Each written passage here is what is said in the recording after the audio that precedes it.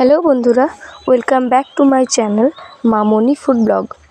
তো আমার চ্যানেলে সবাইকে স্বাগত। এই দেখো, আমাদের বাড়িতে একটা হলুদ রঙের গোলাপ ফুটেছে। এই গোলাপ গাছটা আমি অনেক দিন আগে কিনে এনেছিলাম। তারপর আজকে আমাদের বাড়ির ষষ্ঠী পুজো। সরস্বতী পুজোর পরের দিন আমাদের বাড়িতে ষষ্ঠী পুজো হয়। সরস্বতী পুজোর দিন আমাদের বাড়িতে রান্না করে রাখতে হয়, আর ষষ্ঠী পুজোর দিন খাওয়া দাওয়া হয়। ষষ্ঠী পুজোর দিন আমাদের বাড়িতে উনুন জ্বলে না, গ্যাস জ্বলে না, কিছু হয় না। তো এখানে আছে দেখো কালকের ভাত, এখানে আছে বাঁধাকপির তরকারি, বেগুন ভাজা, আর আছে মাছের ঝাল আর আলু ভাজা। এখানে একটা চিঁড়ে ভাজা বানিয়েছিলাম আমি, এটাও বানিয়েছিলাম আমি 2-3 দিন আগে।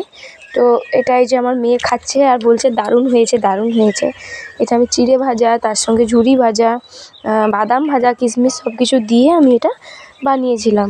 এই যে দেখুন আমার মেয়ে কেমন করে খাচ্ছে।